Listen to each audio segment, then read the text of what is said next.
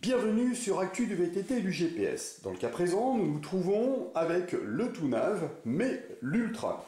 Comme son nom l'indique, Ultra, puisque ultra polyvalent.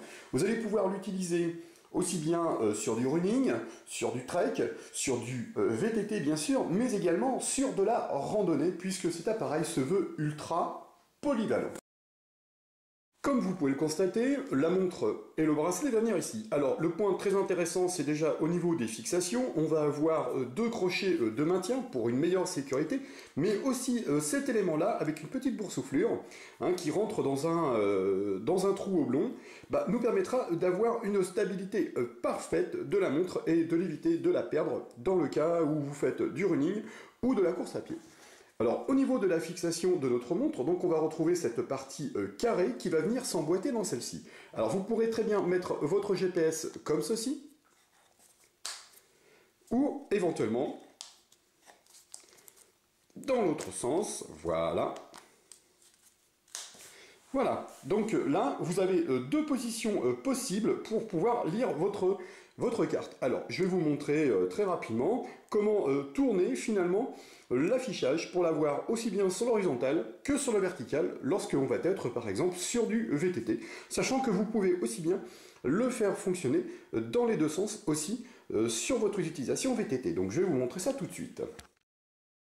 Alors, qu'est-ce que l'on retrouve à l'intérieur du carton de l'Ultra? Eh bien, bien sûr, on va retrouver nos systèmes nous permettant de recharger sur le secteur notre GPS. On va retrouver, bien sûr, le cordon nous permettant de nous connecter au chargeur secteur, mais bien sûr à la communication avec notre ordinateur. On va retrouver ici une dragonne nous permettant de venir sécuriser notre Ultra. Il suffira tout simplement de venir le passer sur le petit trou qui se trouve ici. On va bien sûr retrouver la montre que je vous ai déjà présentée, le support VTT, dans lequel on va pouvoir venir glisser notre Ultra aussi bien sur une position verticale que sur une position horizontale en fonction du type de lecture que vous souhaitez obtenir. On va retrouver bien sûr nos éléments nous permettant de fixer notre support sur notre cintre ou sur notre potence. Alors ça nous permettra de pouvoir le démonter très facilement. Dans l'éventualité où vous souhaitez maintenir votre support fixe, vous avez bien sûr un ensemble de colliers Rislan vous permettant de réaliser cette petite étape. Vous avez aussi deux petites parties caoutchouteuses pouvant venir se glisser sous le support pour venir vous ajuster au mieux par rapport à votre cintre ou à votre potence.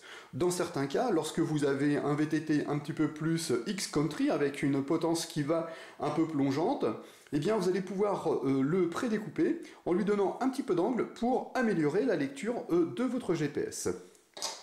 Donc écoutez maintenant, sans plus attendre, eh bien allons voir comment fonctionne tout simplement l'Ultra. Alors, au niveau de la navigation à l'intérieur des différents menus, comment ça se passe? Eh bien tout simplement, on va retrouver un ensemble de boutons, donc le bouton Power, le bouton qui nous permettra de naviguer dans les différents menus, mais de sortir aussi des menus, et nos deux boutons qui nous permettra de naviguer à l'intérieur en utilisant les boutons, ou bien sûr vous pourrez utiliser l'onglet ou votre doigt pour aller à l'intérieur des différents menus. Alors comment ça se passe? On voit déjà que l'Ultra fonctionne avec un fond de carte IGN, donc je vais aller dans un premier menu. Donc je vais pouvoir naviguer dans mes différents menus, c'est-à-dire là je vais pouvoir lire tout ce qui va être distance, chronomètre et ainsi de suite. Je vais pouvoir passer du menu 1 au menu 2. Alors, je vais passer directement au 4, au menu 2, bien sûr, où je vais avoir toujours mes distances d'arrêt, mon dénivelé, ma vitesse totale. De nouveau, au niveau des pentes, et ainsi de suite, où j'aurai mon courbe, et bien sûr, ma boussole. Donc là, j'ai fait le tour. Il me suffira d'appuyer de nouveau sur le bouton pour aller dans le menu principal, c'est-à-dire dans lequel je vais pouvoir faire démarrer ma navigation, mais aussi que je vais pouvoir aller lire mes données, mes statuts et mes différents réglages. Alors au niveau des réglages, je vous montrais tout à l'heure la possibilité de passer en position horizontale ou en position verticale. Il me suffira tout simplement d'aller dans Affichage. Dans Affichage, je vais avoir Tourner l'écran. Et dans Tourner l'écran, je viens cliquer sur 0. Là, donc à présent, moi, je souhaite passer à 90 degrés. Une fois que j'ai validé 90 degrés, il ne me reste plus qu'à valider pour voir mon affichage changer tout simplement d'orientation. Donc je souhaite de nouveau revenir à mon système normal, je reviens, je clique sur 0, je valide, Comme vous avez pu le constater, notre menu, bien sûr, va s'adapter à l'orientation que je viens de choisir. Je vais pouvoir aller dans mes alarmes, je vais pouvoir choisir le champ de mes données, c'est-à-dire dans le cas présent, lorsque j'ai mes vitesses, et ainsi de suite. Alors ce sera à vous vraiment de régler en fonction de ce que vous souhaitez. Je reviens sur mon menu arrière, de nouveau, les radars, limite de vitesse, et ainsi de suite.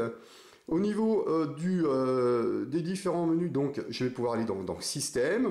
Je vais bien pouvoir, là, dans le cas présent, régler mon appareil, la langue, l'unité, la luminosité. Là, dans le cas présent, moi, j'ai réduit légèrement la luminosité pour que ce soit un petit peu plus lisible, bien sûr, sur l'enregistrement, mais vous pouvez vraiment la mettre en fonction de ce que vous souhaitez.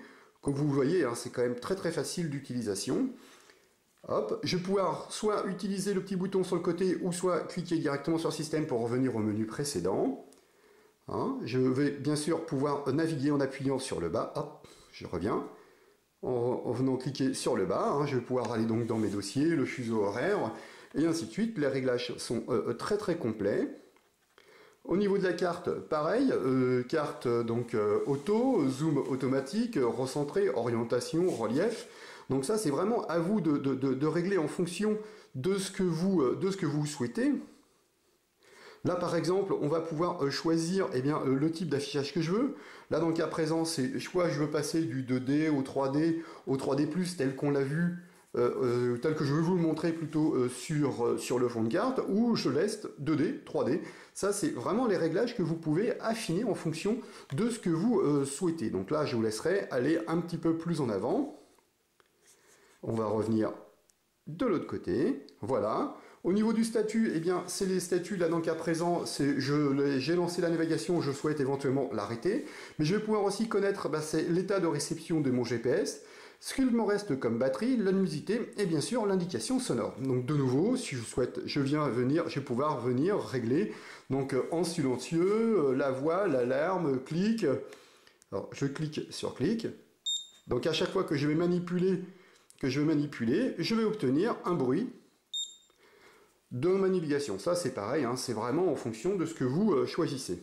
Donc là, donc à présent, on va arrêter la navigation, voilà, tout simplement. Alors j'ai un ensemble de données, hein, bien sûr, le lieu, les waypoints, les routes, les géocaches, les favoris, les suivants. Bien sûr, je vais rentrer à l'intérieur des différentes données. Une fois que je suis passé, que j'ai fait la boucle, en fait, mon menu revient en boucle, hein, il tourne en rond.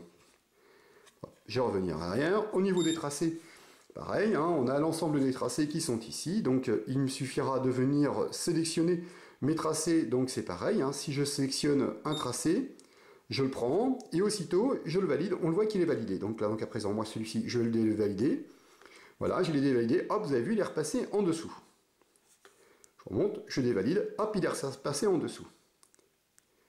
Hop, je vais sortir de mon menu, donc là, retour. Alors donc à présent, lorsque par exemple, vous êtes et vous courez, vous pouvez aller dans vol libre, tout simplement, en termes de distance, hop, tac, et c'est parti. Et vous allez pouvoir démarrer votre enregistrement. Donc là, pour démarrer l'enregistrement, vous appuyez légèrement sur l'écran et vous faites dans Nouveau, naviguer à partir d'ici, Nouveau. Et vous allez créer, vous allez commencer une trace. Voilà. Tout simplement, on va pouvoir lui rentrer un nom et vous allez pouvoir démarrer l'activité. Alors on va marquer n'importe quoi. Voilà, hop. Je dis OK, et hop, et c'est parti. Et là, donc à présent, on va pouvoir démarrer notre trace, donc on voit qu'il est en train de calculer. Je vous parlais de l'affichage 2D, eh bien on va passer à l'affichage 3D. Je reviens à l'affichage 2D. Je vais pouvoir venir ici, donc orienter ma carte ou créer tout simplement un waypoint. Hop, il vient passer en mode 2D+, moi je reviens, tout simplement, hop, je reviens ici, et là donc à présent, hop, démarrer, et c'est parti, et je lance mon enregistrement, continue la sortie, et hop, c'est parti. Et bien voilà, tel que je viens de vous le montrer, l'Ultra est vraiment très complet. C'est un GPS très intéressant, vous permettant de pouvoir enregistrer vos plus belles sorties et de continuer dans la navigation, que ce soit aussi bien sur du running, sur du trail, et bien sûr sur du VTT. Comment éteindre mon Ultra une fois que j'ai enregistré mes données? Eh bien, il me suffira tout simplement de venir appuyer sur le bouton Power. Un menu va apparaître, me permettant soit de bloquer mon écran ou d'éteindre tout simplement mon GPS. Eh bien, écoutez, je vous dis à très bientôt dans la présentation d'un nouveau GPS ou d'un VTT.